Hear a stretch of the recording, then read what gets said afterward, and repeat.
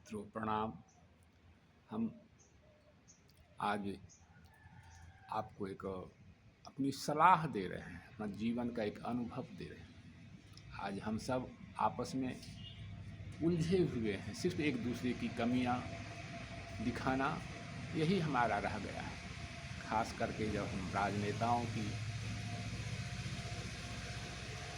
दृश्य देखते हैं संसद में, विधानसभा में, बहुत ही शर्म भी लगता है और बहुत ही दुख भी होता है। क्या इसी के लिए हमारे पूर्वजों ने अपना त्याग दिया था, बलिदान दिया था, इसी दिन को देखने के लिए? हम सब एक दूसरे के सिर्फ नुक्स निकालते हैं, एक दूसरे की अच्छाई को नहीं देखते, जबकि देखना चाहिए था हमें अपनी कमियों को।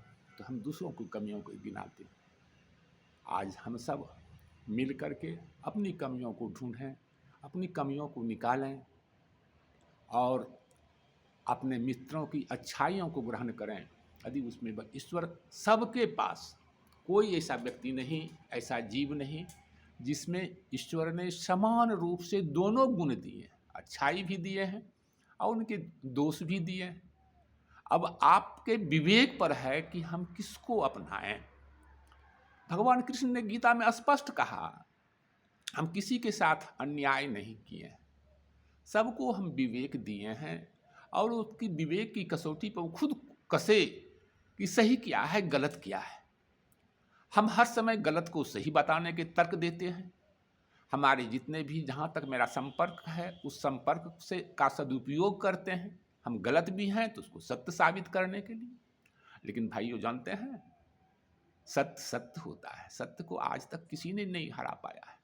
भगवान कृष्ण कहते हैं, हम सत्य में निवास करते हैं। आप देखते थे दुर्योधन के साथ सभी महारथी थे, अर्जुन अकेला था सत्य के साथ, और भगवान कृष्ण सत्य के साथ खड़े थे। हम तो कहते हैं हम सनातनी हैं, पीले कपड़े पहन लेते हैं, चोला तो अच्छा ले लेते हैं, नारा भी लगा लेते हैं, राम का जयकार करते हैं, राम का मंदिर भी हम बना दिए। हम कितना खुश हैं, मंदिर से नहीं, राम बनने से देश बचेगा। राम के सिद्धांतों को जीवन में उतारने से देश बचेगा, देश आगे चलेगा। हम इसी तरह से संसद में बैठ कर एक दूसरे पर जब छीटाकशी करते हैं तो दुख होता है, दर्द होता है। और वही चीज़ परिवार में भी, हर परिवार के लोग एक दूसरे के सदस्यों पर छीटाकशी करते हैं, दूसरे का दोष निकालते हैं, दूसरे का कमियों को गिनाते हैं। वही समाज की हाल है। आज परिवार, समाज और राष्ट्र तीनों इसी दलदल में फंसा हुआ है। मुझे काफ़ी दुख होता है। मैंने अपने जीवन में बहुत कुछ उतार चढ़ाव देखा। अच्छे लोग भी समाज में हैं, ऐसी नहीं कि अच्छे लोग हैं, लेकिन इन लोगों के करतूत से मौन रहते हैं, चुप हो जाते हैं। लेकिन हम कहते हैं कि हे प्रभु, आप मौन मत रहिए, आप अपने मुंह को खोलिए। नहीं खोलेंगे तो जो गलत करने वाले हैं, जो गलत को सत्य साबित करने पर लगे हुए हैं, वो हर समय अपना समय और साधन इसी में लगा देंगे। हमारा देश क्या था, कहाँ चला गया। खास करके इन कुछ दिनों में, कुछ सालों में क्या सोचे थे मैंने, क्या सोच करके मैंने बदलाव किया था? क्या इसी के लिए, यही दिन देखने के लिए? हमारे बच्चे, युवा आज रोड पर घूम रहे हैं। आज डिग्री तो उसके पास है, लेकिन हाथ में काम नहीं है। जब तक काम नहीं मिलेगा वह युवा क्या करेगा, आप बताइए। आप सोचिए, सबके सोचने का समय है। और ये हम किसी का कटाक्ष नहीं करते हैं, हम किसी को नहीं कहेंगे कि ये अमुक खराब है, वो अच्छा है। सब में अच्छाई है और सब में कमियां हैं। अपनी कमियों को दूर कीजिए और अच्छाई हम दुश्मन से भी सीखें। एक बात कहें आपको, बहुत ही अच्छा प्रसंग है लंका युद्ध का। भगवान राम लक्ष्मण से कहते हैं कि लक्ष्मण जाओ, रावण के पास बहुत ज्ञान है, भले वह अधर्मी है लेकिन ज्ञानी भी है, उससे कुछ ज्ञान ले लो।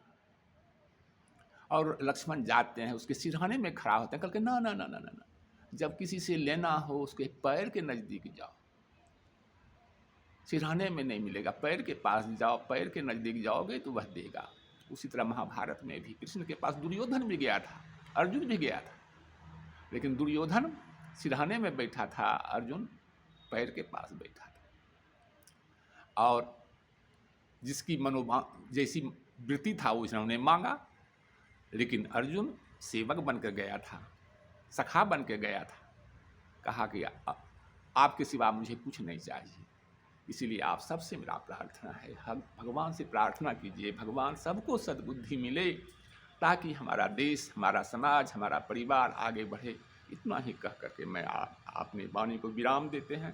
भगवान सबको सद्बुद्धि दे। आज सद्बुद्धि की ज़रूरत है, ना पैसे की ज़रूरत है। हम खूब पैसा जमा करते हैं, जमा करके क्या कीजिएगा जब सद्बुद्धि ही नहीं रहेगा। विनाश का घर जमा कर रहे हैं, पैसा से सद्बुद्धि नहीं खरीदा जा सकता है। ओम शांति समाप्ति।